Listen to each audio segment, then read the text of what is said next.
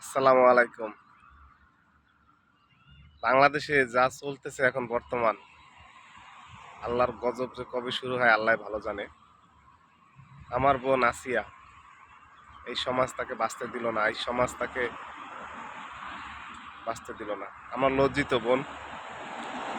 আমরা প্রত্যেকে এই দর্শকে ফাঁসি চাই এবং প্রকাশ্যে সবার সামনে ফাঁসি দিতে হবে এবং জাতি দেখবে আর যেন এরকমের কোনো আমাদের বোন না হারানো হয় এবং আসিয়ার মতো আর যেন কেন মানুষ দূষিত না হয়।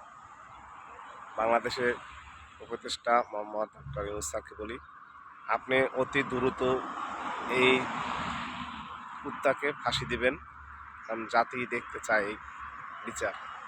কারণ আমার বোন কি দোষ করেছিল, আমার যখন এই ভিডিওটা দেখেছি আমি যে দূষিত হওয়ার পরে মানুষ যেভাবে আমি খুব কষ্ট পাইছি। এত ছোট একটা বাচ্চা, তার সাথে এরকম নির্মমতা কেমনে করলো? ওদেরও তো বোন আছে, ওদেরও তো মা আছে।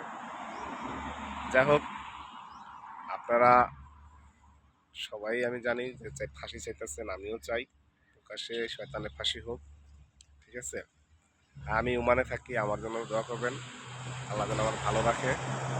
আর আমার ভিডিওটা অবশ্যই শেয়ার করবেন এবং আমার চ্যানেলটা সাবস্ক্রাইব করবেন।